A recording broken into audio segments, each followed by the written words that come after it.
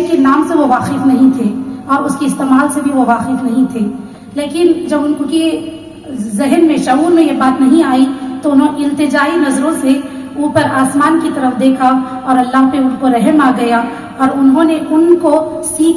سکھانے کے عمل سے گزارا. اور جب ان کو سکھایا گیا تب معلوم ہوا کہ ہر شے کا نام کیا ہے اور اس کا استعمال کیا ہے. یہاں سے سیکھنے سکھانے کے عمل کی ابتدا ہوتی ہے. اب یہ جب سیکھنے سکھانے کے عمل کی ابتدا ہو گئی تو یہ تقلید تھی جو انہوں نے عمل کی، لیکن ایک وقت آیا کہ انہوں نے اپنے شعور کو مہمیز کیا اور اسی کائنات میں بنائی ہوئی چیزوں کو ایک الگ نظر سے دیکھا، ایک الگ انداز میں انہوں نے اسے پیش کرنے کی کوشش کی ہے. تو سیکھنے سکھانے کی اس عمل میں جو سب سے بڑی بات ہوتی ہے وہ صبر ہے، استقامت ہے. جس کے پاس صبر اور استقامت ہو وہی کامیابی کی منزلوں تک پہنچ پاتا ہے. اس کے لیے مجھے ایک واقعہ یاد آتا ہے موسیٰ علیہ السلام کا، جب انہیں خضر علیہ السلام کا شاگرد بنایا گیا تھا، لیکن انہوں نے جو پہلے اصول توڑے وہ صبر کا تھا اور دوسرا اصول توڑا وہ استقامت کا تھا، اور اسی لیے بہت جلد خضر علیہ السلام کی شاگردی سے وہ باہر کر دیے گئے. تو بات کہنی صرف اتنی ہے کہ جب آپ تخلیق پہ آتے ہیں تو آپ کو صبر اور استقامت کے ساتھ لے کر چلنا ہوتا ہے. اب آتے ہیں ادب کی طرف، تو جب سقراط کے پاس افلاطون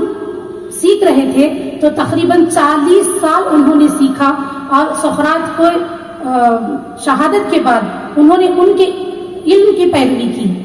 اور اسی افلاطون کے شاگرد ارسطو نے تقریباً 40 سال تک ان کے پاس سیکھتے رہے، اور ایک وقت وہ آیا کہ اپنے ہی استاد کے نظریہ حیات کو انہوں نے رد کر دیا.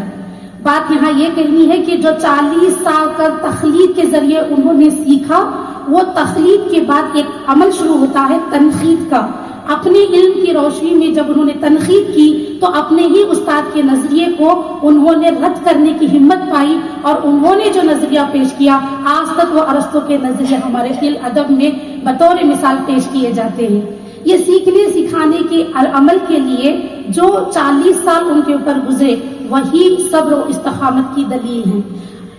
کہنا صرف اتنا ہے کہ جب ہم سیکھتے ہیں تو تقلید ہی ہوتی ہے. ایک فنکار آ کے کھڑا ہوتا ہے، اس نے جو سیکھا ہے وہ آپ میں منتقل کرتا ہے، پھر آپ کے اندر ایک شعور بیدار ہوتا ہے، مطالعہ ہوتا ہے، مشاہدہ ہوتا ہے، تجربہ آتا ہے، تو اسے ایک نظریہ ملتا ہے، تو پھر وہ تخلیق کار بنتا ہے. تو تخلیق کرنے میں کوئی برائی نہیں ہے، لیکن اس تخلیق کو ماننا بھی بہت ضروری ہے. ہمارے یہاں بہت بڑے شعراء ہیں، اور ان شعراء کے یہاں جب بھی آپ جائیں گے، ہمارے پاس فارسی کے شعراء لیں، عربی کے شعراء لیں، لفظ و معنی کے جو تال میل ہے اسے معلوم کرنے کے لیے پوری زندگی لگا دیتے تھے. الفاظ کو برتنے کا طریقہ سیکھنے کے لیے پوری عمر لگ جاتی تھی، تب جا کر ان کے اندر وہ شعور جاگتا، وہ علم آتا کہ وہ خود اپنے طریقے سے کچھ پیش کرنا چاہیں. دور بدلا، طریقے بدلے، دنیا نے اس زندگی کو بہت تیز رفتار بنا دیا، تو یونیورسٹیوں کی ابتدا ہوئی. سب سے پہلے مغربی ادب میں لوگوں نے کیا 17ویں اور 18ویں صدی میں یونیورسٹیاں قائم کی اور ایک پلیٹ فارم عطا کیا، وہ ایک ماہر فن کو اور شاگردوں کو دونوں اکٹھا رہے اور اپنے علم کو ایک دوسرے سے مستفیض کرتے رہے، اور یہ عمل آج بھی جاری و ساری ہے. اب بات آتی ہے اس عام انسان کی جو زمین سے جڑا ہے، جو یونیورسٹیوں تک نہیں پہنچ پاتا، اس کے لیے کون سا عمل ہے؟ اس کے یہ عمل یہ تھا کہ وہ خود اپنے علم سے، اپنے مشاہدے سے اپنے آپ کو اس لائق بنا لے کہ وہ کچھ الفاظ کہہ سکے. تو اس کے لیے بہت بڑی نام ہمارے سامنے موجود ہے. پریم چند کوئی یونیورسٹی نہیں گئے، لیکن انہوں نے ابتدا میں جو داستانیں پڑھی، امیر حمزہ کی ہو، الف لیلا کی ہو، یہ داستانیں جب انہوں نے مکمل کی تو 1901 میں جب انہوں نے ناول لکھا تو وہ ناول تخلیقی ناول ہے. ان کا پہلا ناول اسرار مابد اگر آپ دیکھیں تو وہ ناول جو ہے ان کے پورا داستانی رنگ لیے ہوئے ہیں. اور جب انہوں نے 1934 میں گودان لکھا تو تب پتا چلا کہ وہ جو اب گودان لکھا وہ ان کے تخلیق کی سب سے بڑا اعلیٰ نمونہ تھا. تو جب پہلا ناول آیا وہ صرف تخلیقی تھا، اس میں وہ داستانی عناصر تھے جو انہوں نے سیکھے تھے اپنے مشاہدے سے، اور جب انہوں نے گودان تخلیق کیا تب دنیا کو بتایا کہ میں نے اس دنیا سے کیا سیکھا ہے۔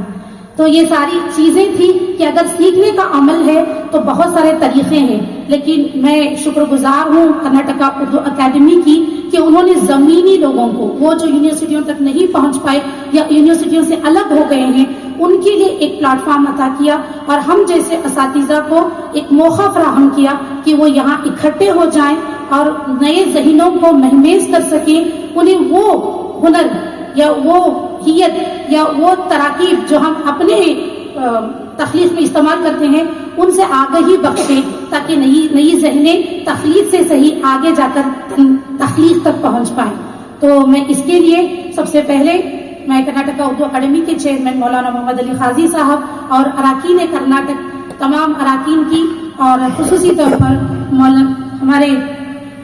منیر احمد جامی صاحب کی بہت شکر گزار ہوں کہ اس تربیت گاہ کے ذریعے انہوں نے ایک اہم کارنامہ سر انجام دیا ہے۔ ایک بات آتی ہے جب انصاف کی ہوتی ہو، بھلے 100 مجرم چھوٹ جائیں، لیکن ایک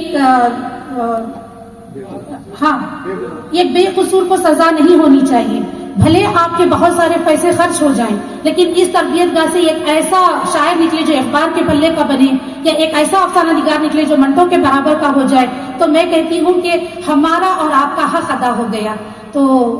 اس کے لیے امید کرتے ہوئے میں اپنی بات ختم کرتی ہوں۔ بہت بہت شکریہ۔